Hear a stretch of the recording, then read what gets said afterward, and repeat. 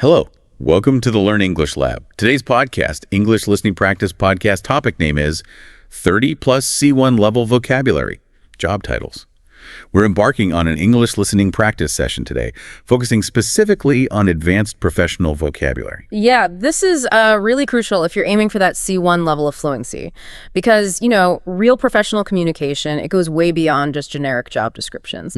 We need to get into those specialized titles, the ones that really show you understand complex hierarchies in companies, niche responsibilities, sometimes pretty high-stakes duties. Absolutely. And our mission here really is to give you a kind of shortcut to that professional fluency. We want you to be able to say, look at a complex company structure or, engage in high-level networking. Right. And use the specific words that show you get the value of that role. Think about the difference between saying the person who helps out versus using a term like aide or even fiduciary trustee. Exactly. That jump in precision is what we're aiming for. And what's really fascinating about these advanced titles, I think, is that they often carry this built-in relationship to an institution. It could be about financial strategy, tech oversight, civic duty. The word itself doesn't just describe what someone does, it describes their position within a structure. So understanding the word means, understanding a piece of how the professional world is put together. That's a great point. Let's unpack this then, starting right at the top, shall we? Okay, so we're starting in what you might call the corner office. We're focusing on roles defined by, big strategic decisions, high finance, institutional control. These are the people whose choices really echo through the whole organization. Definitely. And you have to begin with the C-suite, right? That executive level where the titles themselves demand, complete mastery of a specific area. First up, a real heavy hitter. The chief financial officer, the CFO. Now, this title signifies the person with the ultimate authority over a company's financial path. They're not just, an accountant keeping the books. Oh, far from it. They are the financial architect, as you said. Their responsibilities go way beyond just managing the daily or monthly budgets. So what does that look like in practice? Well, for example, they're the ones standing up in front of shareholders, presenting complex budget plans, financial forecasts. That takes immense clarity, a really sophisticated grasp of market dynamics, and a strong strategic vision for where the company's going financially. Right. Strategy seems key. It is. They're instrumental in finding ways to, say, reduce operational costs strategically, without hurting the company's ability to function or grow. And I understand they also advise on the really big, complex moves, like mergers or acquisitions. Precisely. That's a core part of the role. And that's not just bookkeeping, is it? That requires deep knowledge of capital markets, long-term risk assessment, the legal side of things. It's high-level financial command. So what synonyms would capture that level of authority, if not CFO? You might hear finance director or perhaps financial executive. When you use those terms, you're definitely talking about leadership roles, people controlling fiscal policy and strategy. And often they're dealing with significant regulatory pressures too. Okay, makes sense. Now, shifting from the money side to maybe future capabilities, the chief technology officer, the CTO, this is the top job for all things tech strategy and execution. That's right. The CTO is kind of the bridge between what the company can do with technology now and where it needs to go. Innovation. So more than just keeping the servers running. Much more. Think about introducing transformative tools like AI is a big one now, right? Using AI to boost productivity across the company. That's a CTO level decision. They're not just managing the IT help desk. They're deciding which technologies the company bets its future on. I imagine the risks involved there are pretty huge, especially around data and security. Absolutely massive. A huge chunk of their job is overseeing crucial cybersecurity upgrades. They're essentially the strategic defense against, global cyber threats.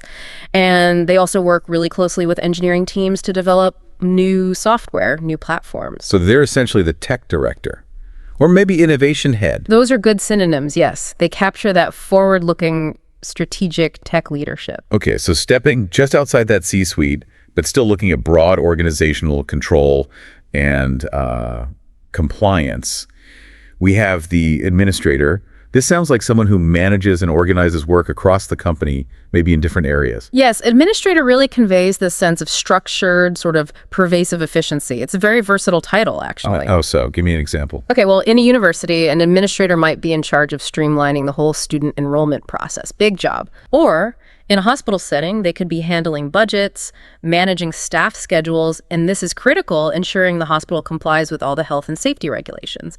That compliance piece often pushes it into this C1 level. It's about managing systems effectively. Got it. So they're like the operational backbone, maybe acting as a manager or a coordinator or even an executive, but maybe a layer below the C-suite. Often, yes. That's a good way to think about it. Now, moving to roles defined more by, let's say, financial or legal guardianship. The trustee. Yep. This is someone, or maybe a group, controlling property or money that legally belongs to someone else. Ah, okay. So this sounds serious. Legal responsibility. Very serious. We need to anchor this term in the idea of fiduciary duty.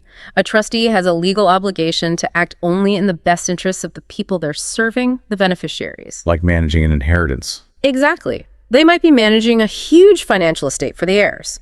That requires smart investment strategy, careful legal adherence. Or think about a big charitable foundation. Trustees ensure the funds are allocated wisely, ethically, towards the foundation's goals. So the role is entirely defined by trust and that legal obligation. Using the word trustee immediately signals that high level of responsibility. It does, and the synonyms reflect that weight. Fiduciary itself, or guardian or steward, it's not just handling money, it's about protecting and preserving value for others. Okay. And finally, in this sort of governance group, we have the monitor. This sounds like oversight, checking things. It's pure oversight, essentially, either internal or external. It's someone who carefully checks an activity or a process, usually with some official authority, to make sure things are being done fairly and correctly. Right. I can see how that connects to accountability, especially in complex systems, like ensuring elections are transparent. That's a perfect example. Monitors play a critical role in democratic processes. Or, inside a company, they might be auditing workplace safety compliance, making sure the company meets all the legal requirements. And, many organizations bring in external monitors to review things like project ethics or how contracts are awarded, specifically to ensure accountability and prevent any, internal funny business. So they function like an overseer or an inspector, maybe a supervisor, but with a very specific focus on compliance. Usually, yes. A highly specialized brief focused on making sure rules are followed and standards are met. Okay, so the big takeaway from this first section seems to be how all these titles, from the CFO making huge financial bets to the monitor ensuring rules are followed, describe people right at the control center.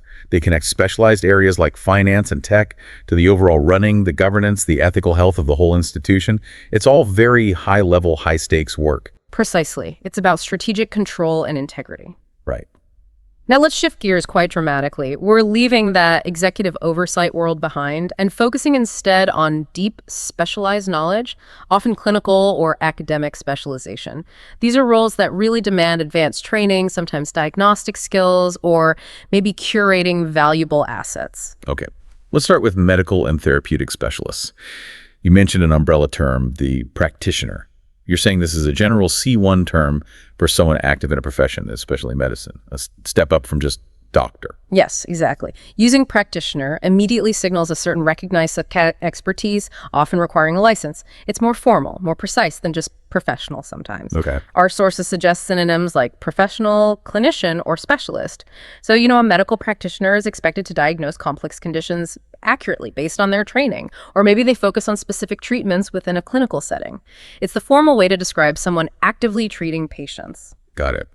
So let's narrow down into some specific, highly technical medical roles then. First, the psychiatrist. This is a medical doctor, right? Specializing in mental health. Correct. And the medical doctor part is the crucial distinction here. Because they are MDs, they have the legal authority to prescribe medication alongside therapy for complex conditions like severe anxiety or depression. And beyond just seeing patients, psychiatrists often contribute to the field by conducting research on mental health issues. Their role is really comprehensive. It demands rigorous medical knowledge and really high-level interpersonal skills like empathetic listening. That's often key for diagnosis. And synonyms might be mental health doctor, or I guess historically, psychoanalyst. Yes, though psychoanalyst refers to a specific type of therapy as well, but mental health doctor works. Okay. Next, the optometrist. Examining eyes, prescribing glasses or contacts. That's the core, yes. But it's a diagnostic role that requires real vigilance. An optometrist can often be the first person to spot early signs of serious health issues, like glaucoma or even diabetes, just during a routine eye exam. Wow, really? Oh, yes. And they're responsible for fitting patients with specialized solutions, like complex contact lenses, and advising on preventative eye care. So, eye doctor is common, but ocular practitioner is a more formal synonym. The common thread here seems to be that diagnostic skill, that precision. Let's complete this medical trio with the physiotherapist, treating physical problems with movement, massage, exercises. Exactly. Their work is very often focused on rehabilitation. They might design a highly specific recovery plan for, say, an elite athlete after a serious injury, using specialized knowledge of how the body moves kinetics. Right. They use advanced techniques too, maybe ultrasound therapy or dry needling to relieve pain. And they guide patients through crucial exercises to get them moving properly again. Internationally, they're often called a physical therapist or maybe a rehab specialist. Okay, that group really shows how C1 vocabulary defines very specific clinical niches. Now let's shift again to academia and cultural preservation. Roles needing the highest level of knowledge curation. The full professor. This is the top rank in a university. It is. It signifies really the pinnacle of an academic career. It usually requires tenure, decades of published research. That's a deal. Huge deal. A full professor is expected to be producing genuinely groundbreaking research, often winning major grants, really shaping the conversation in their entire field. And they also have that crucial role of mentoring doctoral candidates, shaping the next generation of top academics. Like academic royalty almost. You might call them a senior professor, a tenured academic, or maybe they hold a specific chair professor position. All good descriptions, yes. It recognizes that deep, long-term intellectual contribution. Okay. And then staying in that cultural sphere, the curator, the person in charge of a museum, a gallery, or maybe a whole collection. Yes, and the curator's role is this fascinating mix of scholarship, management, and public presentation.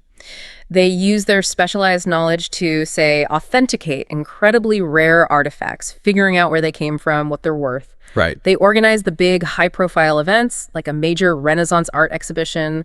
That takes serious logistical planning, negotiation skills.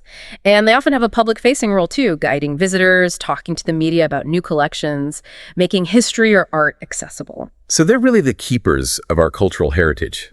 Synonyms like archivist, keeper, or collection manager seem fitting. They are indeed. They guard and interpret these valuable assets. So the key takeaway from this second section: it seems every title here implies a very specific, highly credentialed level of expertise. It takes years of dedicated study or diagnostic practice or maybe artistic preservation skills. You're not just working in a field, you're kind of defining its boundaries or leading within it.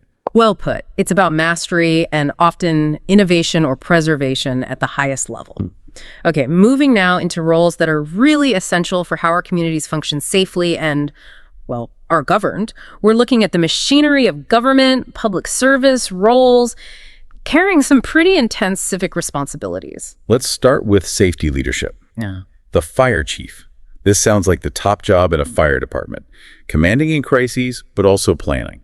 Exactly. The fire chief's command is total within the department. They're the ones leading the response during massive emergencies, think. Citywide floods, major industrial fires, situations requiring cool leadership under extreme pressure. Right. But it's not just emergencies. They're also focused on improving the institution itself, maybe implementing new, tougher training programs for everyone. And critically, they're the link between the fire department and the city government, briefing mayors, city councils on disaster preparedness plans. So synonyms like fire commander or fire marshal capture that leadership. They do. They reflect that position of ultimate operational command and strategic oversight. Okay. Now shifting from emergency response to the steady day-to-day running of government, we find the civil servant, someone working in the government but not politically appointed. The civil service. Correct. This title really emphasizes institutional stability and integrity, which is why it's a good C1 term. A civil servant handles crucial administrative tasks, processing applications for public funding, maybe managing national records, things that need to keep running smoothly. And integrity is key. Absolutely. They're usually held to very strict ethical standards because they're handling public resources, public trust. And when a major crisis does hit, like a natural disaster, Civil servants are often the ones coordinating the long-term relief efforts, the logistics. They provide continuity no matter who's in political power. So synonyms like government employee or public official highlight that stability. Yeah. I know the term bureaucrat is sometimes used. Is that ever okay professionally, or is it usually negative? It's almost always informal and often, used negatively, suggesting rigidity, red tape. If you're aiming for C1 professional fluency, definitely stick with civil servant or public official. They convey the necessary respect for that institutional role. Good tip. Okay, let's talk about protecting the environment next. The ranger. Someone looking after a park, a forest, a big area of countryside. Yes, and the ranger's job is surprisingly varied. It mixes conservation work with public safety and education. They might be monitoring wildlife populations, maybe conducting detailed surveys to help shape conservation policy. Oh, interesting. They also lead educational guided tours, connecting people with nature. And they're practical, too. They maintain trails, manage resources, especially after storms or fires. Terms like park warden or conservationist capture that professional scope. Right. And finally, in this section, let's look at political assistance with the aid. This is specifically someone helping an important person, like a politician. Yes, the context here is crucial. The help is highly personal and tied to the politician. For instance, a parliamentary aide or a congressional aide might draft policy summaries, write speeches, coordinate media stuff for their boss, their principal. So very involved in the day-to-day political operation. Extremely. During election campaigns, they're providing vital logistical support on the ground. And at a higher level, an aide might even assist with diplomatic functions, perhaps briefing officials on cultural points before meetings. Specialized synonyms could be assistant, advisor, or even attaché in some contexts.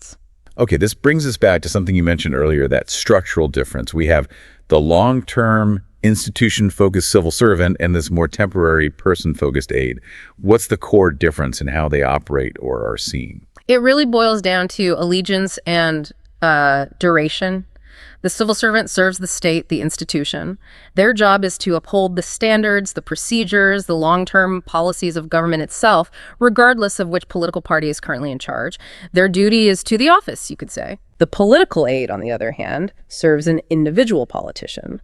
Their focus is on that person's message, their political success, their time in office, which is inherently temporary.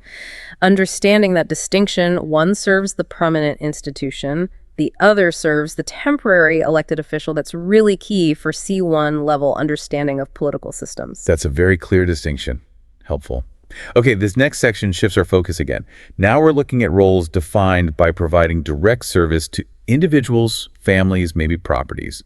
These seem like high-touch roles needing specific skills and, I imagine, a lot of reliability. Definitely. And we need to look at some of the cultural and employment nuances here, especially in caregiving and home support. Yeah. Let's start with the au pair. This is usually a young person, right? Living abroad with a family, helping with kids and some house tasks, mainly for cultural exchange. Yeah, that dual role seems defining. It's childcare mixed with cultural immersion.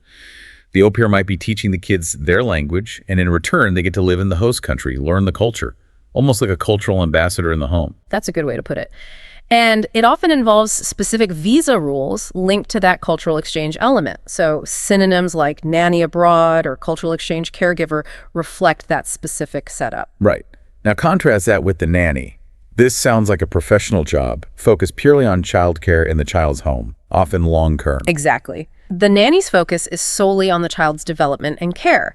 They manage daily routines, maybe complex ones, organize educational activities suitable for the child's age, handle everything from meals to bedtime. There's often a higher expectation of professional childcare training compared to an au pair. So, synonyms like childminder or maybe more historically, governess. The key difference being the employment structure. The nanny is a hired professional, not part of a cultural exchange program. Precisely. It's a formal employment relationship. Okay. Let's look at managing the home itself. The housekeeper and the older term, maid. Housekeeper covers general cleaning, cooking, organizing. Yes, and the modern housekeeper role often implies a significant level of organizational skill. They might be responsible for keeping luxury hotel suites absolutely perfect, or managing all the logistics of meals, schedules, maybe even supervising other staff in a large private home. And maid. Maid is the more traditional term, generally referring to a female domestic servant focused primarily on cleaning tasks, sometimes seen as more repetitive. While the jobs can overlap, Housekeeper is definitely the more professional, gender-neutral C1 term today, especially when it includes broader organizational duties. Got it. Moving into hospitality and practical services. The porter. Carrying luggage at airports, hotels. That's the main function, and it requires real efficiency, good customer service skills, especially during busy travel times. They need the physical ability to handle heavy bags, but also the speed and organization to keep things moving. In airports, they might also help guide passengers. So bellhop in a hotel or baggage handler at an airport or station. Those are the common equivalents, yes. Then there's the specialized driving role. The chauffeur. Someone hired specifically to drive someone else's car, usually a nice one. Yes, employed professionally to drive. This implies a level of service, discretion, and logistical skill beyond just a taxi driver. A chauffeur might be navigating complex routes for VIPs, ensuring perfect timing for executive transport. They're also responsible for keeping the vehicle immaculate, reflecting well on the client. Right, professionalism is key. And then the person who can fix anything. The handyman. Skilled in various practical jobs around the house. The indispensable handyman. Yes, skilled in a variety of tasks. They're the go-to for fixing a leaky tap quickly, maybe doing small home renovations, handling those jobs that don't quite need a major specialist contractor, often called a repairman or sometimes, affectionately, a jack of all trades. A vital role. Finally, in this section, appearance and interiors. The beautician and the decorator. Right. The beautician provides beauty treatments professionally. This field requires ongoing training. They might give specialized facials, develop niche skills like intricate bridal makeup, or need to stay updated on the latest product trends, maybe focusing on organic or eco-friendly lines. And professionally, they might be called a cosmetologist or esthetician. Correct. Those terms often imply a higher level of training or specialization. And the decorator. Painting walls, hanging wallpaper. That's the core job, yes. But often it involves design consultation, too. A good decorator can transform a space with color and texture. They might specialize in tricky jobs, like restoring historic interiors using traditional methods, or work closely with clients advising them on complex design schemes. They have a real creative impact. So this section covers a wide range of personal and property services, all requiring specific skills and reliability. Okay, our final section for this deep dive. We're heading into the world of markets, commerce, trades, the people who make things or sell things, foundational labor, and even organizing big events. These terms seem to capture the whole spectrum of economic activity. They really do. Let's start with buying and selling, but note the crucial difference in scale. First, the merchant. This is someone who buys and sells goods, wholesale meaning, on a very large bulk scale. So they're dealing in big quantities. International trade, maybe? Often, yes. A merchant might be importing container loads of spices from Asia or huge amounts of raw materials to sell onto factories. It requires serious business skill, understanding supply chains, negotiating massive bulk deals to make a profit. They are the trader or the wholesaler operating at that macro level. Okay. Now contrast that with the tradesman. This sounds smaller scale, selling goods maybe in a shop or market, retail focused. Exactly. The tradesman usually operates more locally. They might stock specialized items, maybe rare fabrics, craft supplies, artisanal foods. They rely much more on building relationships with individual customers, good sales skills. You might even see them haggling prices in a traditional market setting. They're the shopkeeper, the retailer, the vendor. Got it. Scale is the key difference. Now, an interesting one that mixes commerce with craft. The jeweler. Buying, making, repairing, selling jewelry and watches. Yes, a multi-skilled role. It demands high-precision craft. A jeweler might be creating a custom engagement ring from raw materials, which takes artistry and technical skill.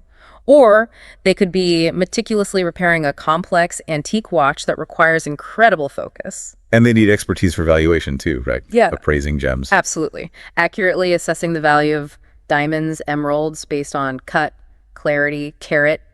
That's a crucial high-stakes part of their job. Synonyms could include goldsmith, if they work primarily with gold, or gemologist, if they specialize in gemstones. Right. Okay, moving to large-scale production and events. The promoter, someone organizing big sports events or concerts. Yes, organizing or sponsoring them. This is a high-risk, high-reward business involving complex logistics and marketing. A music promoter might be the one securing the big international artists for a festival, negotiating contracts, dealing with all the technical requirements. Oh, for sports. A sports promoter might arrange a major boxing match or set up a whole tournament series. They often put up the initial money and bear the financial risk. Their success hinges on marketing the event effectively and selling enough tickets, often to a huge audience. Organizer or event planner work as synonyms, but promoter implies that commercial, often risk-taking element. Makes sense. And finally, we have to acknowledge the foundation of so much economic activity. The laborer, someone doing heavy physical work, often without needing highly specialized skills. That's the definition. Laborers are absolutely essential in industries like construction, manufacturing, agriculture, and also in recovery efforts after disasters. Can you give an example? Sure. On a building site, a laborer might carry materials, dig trenches, prepare the site, assist the skilled tradespeople like bricklayers or electricians. It's physically demanding work, often involving long hours, or in a factory setting, performing repetitive manual tasks. Or after a storm, clearing fallen trees and debris. It's essential manual work. So professional terms might be manual worker, or maybe informally a hired hand. Exactly. Those capture the nature of the work. Okay, so looking across this final section, these C1 terms really give us the precise language to talk about the different roles that drive the economy, from the strategic merchant managing global trade, down to the essential physical work of the laborer and the creative planning of the promoter. It covers a lot of ground. It really does. It shows the breadth of the professional world. Hashtag outro. So we've covered quite a lot of ground today, haven't we? We've explored, 30 plus specialized C1 level job titles. And I think the real value here goes beyond just memorizing a list. It's about understanding why these specific terms are used.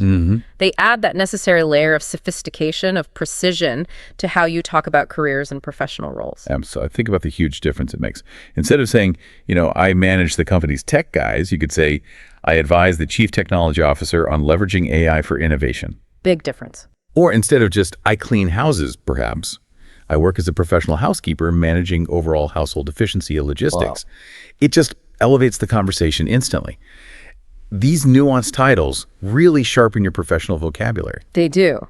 So our challenge to you, listening right now, is to try and integrate these terms. Maybe take 5 minutes after this, describe your own job, or maybe the job you want to have, using some of these specific advanced terms. Because really, understanding these titles means understanding the underlying structure, the value system of different roles in the economy. That's a great way to put it. We've explored the precision of these titles, roles like trustee, curator, fire chief. Some of these have been around in some form for, centuries. True. But here's a final thought to maybe chew on. As technology, AI, automation continue to reshape jobs, which of these established C1 titles do you think might become obsolete or maybe be completely replaced by even more specialized, perhaps tech-driven or algorithm-focused terms in the next 10, 20 years? Something to think about. That is a fascinating question. The landscape is definitely shifting. Indeed. Well, we really hope this deep dive has helped power up your professional English. If you found value in this lesson and you want to keep building that career fluency through listening practice like this, please do. Make sure to like this video, share with anyone else who might benefit, and of course, subscribe to this YouTube channel for more deep dives. Thanks for tuning in.